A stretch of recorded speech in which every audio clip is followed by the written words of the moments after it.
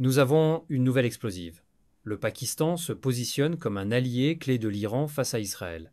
Selon des sources, Islamabad envisagerait de fournir des missiles Shahin-3 à l'Iran, avec une portée de 2750 km, capable de viser Israël.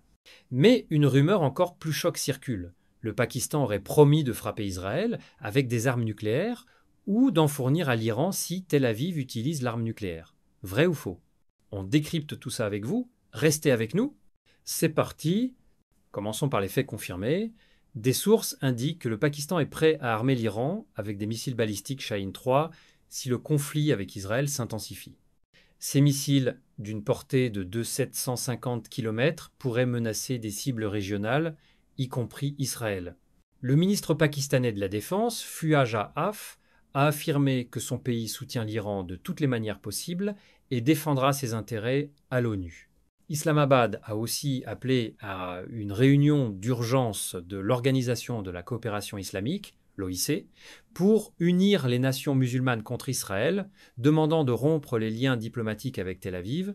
Mais l'élément qui fait débat, un commandant iranien, Mohsen Rezaei, a affirmé que le Pakistan a promis de riposter avec des armes nucléaires contre Israël ou d'en fournir à l'Iran si Israël lance une attaque nucléaire.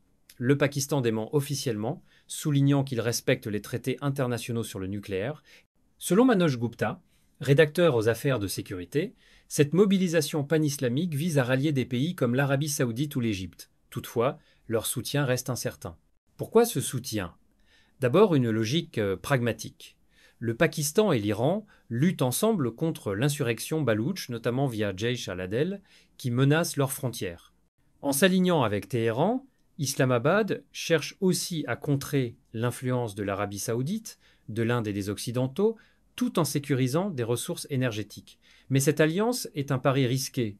Fournir des missiles ou envisager une riposte nucléaire pourrait déclencher une escalade majeure, des sanctions, et fragiliser la stabilité pakistanaise. L'Iran, en pleine crise interne, voit dans ce soutien une bouée de sauvetage. Le Pakistan, lui, pourrait gagner à court terme, mais à long terme, il risque l'isolement économique et un choix forcé entre les États-Unis et l'Iran.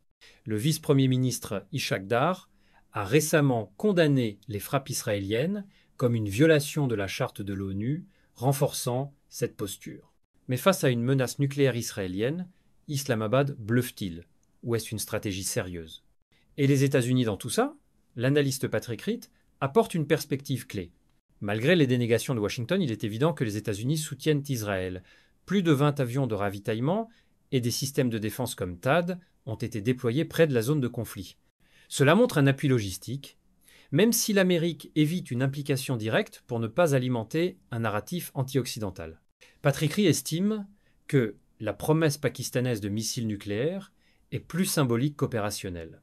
Avec sa dépendance envers les États-Unis, surtout depuis l'opération Zindabad, le Pakistan joue sur le sentiment nationaliste. Les États arabes sunnites, comme l'Arabie saoudite, pourraient secrètement approuver une limitation de l'Iran, malgré leur condamnation. Mais si l'Iran frappe des bases américaines comme menacées, et que Trump réagit, la dynamique pourrait basculer, forçant une solidarité plus marquée des pays musulmans, y compris le Pakistan.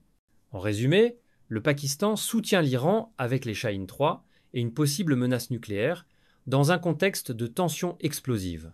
Entre stratégie pragmatique et risque majeur, l'issue est incertaine. Que pensez-vous, bluff ou vrai danger? L'Inde peut-elle rester neutre?